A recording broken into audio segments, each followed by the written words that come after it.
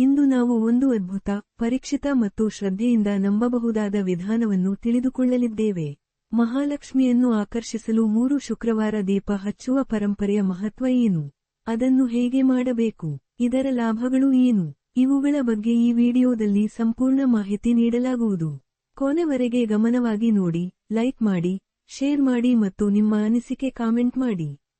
1. ಈ ವಿಧಾನದಲ್ಲಿ ಏನಿದೆ? ಇದು 3 ಶುಕ್ರವಾರಗಳ ಕಾಲ ನಿಸ್ವಾರ್ಥ ಭಕ್ತಿಯಿಂದ ಮಾಡಬೇಕಾದ ಒಂದು ಪವಿತ್ರ ವಿಧಿ.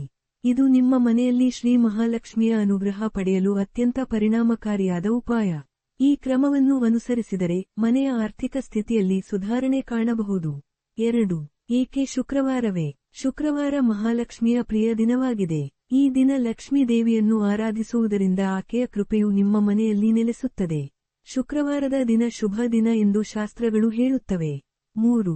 ದೀಪವನ್ನು ಹೇಗೆ ಹಚ್ಚಬೇಕು?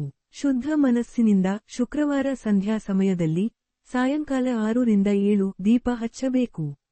ಎಳ್ಳೆಣ್ಣೆ ಅಥವಾ ನೈಸರ್ಗಿಕ ದೀಪದ ತೆಳುವಿನಲ್ಲಿ ಹಚ್ಚಿದ ದೀಪವನ್ನು ಬಳಸುವುದು ಉತ್ತಮ.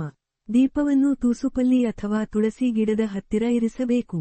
ಈ ವೇಳೆ ಮಹಾಲಕ್ಷ್ಮಿಯ ಅಷ್ಟೋತ್ತರ ಪಠಣ ಮಾಡುವುದು ಶುಭಕರ. 4. ಈ ದೀಪ ಹಚ್ಚುವುದರಿಂದ ಏನಾಗಬಹುದು? ಹಣಕಾಸು ಸಮಸ್ಯೆಗಳು ಕಡಿಮೆಯಾಗಬಹುದು. ಮನೆಯಲ್ಲಿನ ದಾರಿ ತಪ್ಪಿದ ಆರ್ಥಿಕ ಪರಿಸ್ಥಿತಿ ಸುಧಾರಿಸಬಹುದು. ಕುಟುಂಬದಲ್ಲಿ ಶಾಂತಿ, ಸುಖ ಹಾಗೂ ನೆಮ್ಮದಿ ತರಬಹುದು.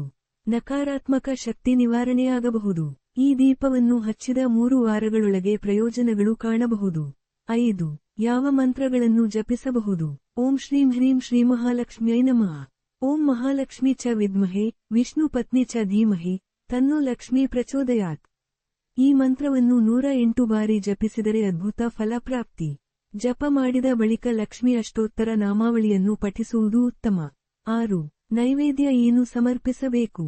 ಶುಕ್ರವಾರದಂದು ಸಕ್ಕರೆ, ಹಾಲು, ಪುರುಷೋತ್ತಮ ಬೇಳೆ ಪಾಯಸ, ಗೋಧಿ ಹಿಟ್ಟಿನ ಹೋಳಿಗೆ ಅಥವಾ ಸಿಹಿತಿಂಡಿಗಳನ್ನು ಸಮರ್ಪಿಸಬಹುದು. ಮಹಾಲಕ್ಷ್ಮಿಯು ಸಿಹಿ ತಿನಿಸುಗಳನ್ನು ತುಂಬಾ ಪ್ರೀತಿಸುತ್ತಾಳೆ. ತಂಬಿತ್ತ ನೈವೇದ್ಯವನ್ನು ಮನೆಯ ಎಲ್ಲಾ ಸದಸ್ಯರಿಗೆ ಹಂಚಿ. 7. ಯಾವ ರೀತಿಯ ಫಲಗಳು ದೊರಕಬಹುದು? ಶುಕ್ರವಾರದ ಈ ವಿಶೇಷ ಪೂಜೆಯಿಂದ ಆರ್ಥಿಕ ವೃದ್ಧಿಯಾಗಬಹುದು. ಉದ್ಯೋಗ, ವ್ಯವಹಾರದಲ್ಲಿ ದೊಡ್ಡ ಯಶಸ್ಸು ಪಡೆಯಬಹುದು. ಮನೆಯಲ್ಲಿ ಸಂತಾನ ಭಾಗ್ಯ ಪ್ರಾಪ್ತಿಯಾಗಬಹುದು. ಕುಟುಂಬದ ಸದಸ್ಯರ ಆರೋಗ್ಯ ಮತ್ತು ಶಾಂತಿ ಹೆಚ್ಚಬಹುದು. ಈ ಪದ್ಧತಿಯನ್ನು ಶ್ರದ್ಧೆಯಿಂದ ಮಾಡಿದರೆ ಮನೆಗೆ ಸುಖ ಮತ್ತು ಶ್ರೀ ಮಹಾಲಕ್ಷ್ಮಿಯ ನಿತ್ಯವಾಸ ಲಭ್ಯವಾಗಬಹುದು. 8. ಯಾವ ತಪ್ಪುಗಳನ್ನು ತಪ್ಪಿಸಬೇಕು? ಪೂಜಾ ಸಮಯದಲ್ಲಿ ಅಸ್ವಚ್ಛತೆ ಅಥವಾ ಅಶ್ರದ್ಧೆ ಇರಬಾರದು. ಪೂಜಾ ಸಮಯದಲ್ಲಿ ನಕಾರಾತ್ಮಕ ಮಾತುಗಳನ್ನಾಡಬಾರದು.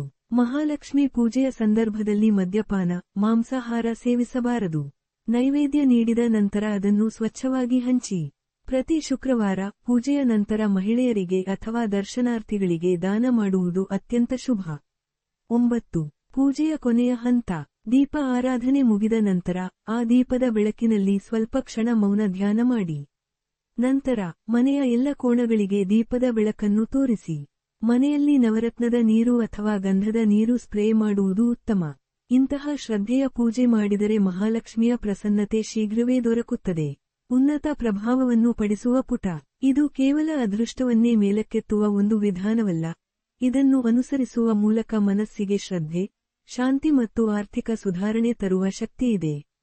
ಈ ಶ್ರೀ ಮಹಾಲಕ್ಷ್ಮಿ ದೀಪ ಆರಾಧನೆಯ ವಿಧಾನವನ್ನು ನಿಸ್ವಾರ್ಥ ಭಕ್ತಿಯಿಂದ ಮಾಡಿದರೆ ಶೀಘ್ರವೇ ಫಲವನ್ನು ಕಾಣಬಹುದು.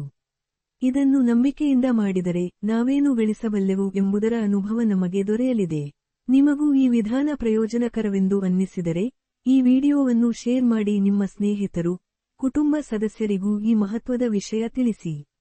ಈ ರೀತಿಯ ಮತ್ತಷ್ಟು ಆಧ್ಯಾತ್ಮಿಕ ಹಾಗೂ ಆರ್ಥಿಕ ಸುಧಾರಣೆ ತರುವ ಮಾಹಿತಿಗಾಗಿ ನಮ್ಮ ಚಾನೆಲ್ ಸಬ್ಸ್ಕ್ರೈಬ್ ಮಾಡಿ. ನಿಮ್ಮ ಅನಿಸಿಕೆ, ಅನುಭವಗಳನ್ನು ಕಾಮೆಂಟ್ನಲ್ಲಿ ತಿಳಿಸಿ. ಈ ವಿಧಾನವನ್ನು ಪ್ರಯತ್ನಿಸಿ ಅದರ ಅನುಭವವನ್ನು ಹಂಚಿಕೊಳ್ಳಿ.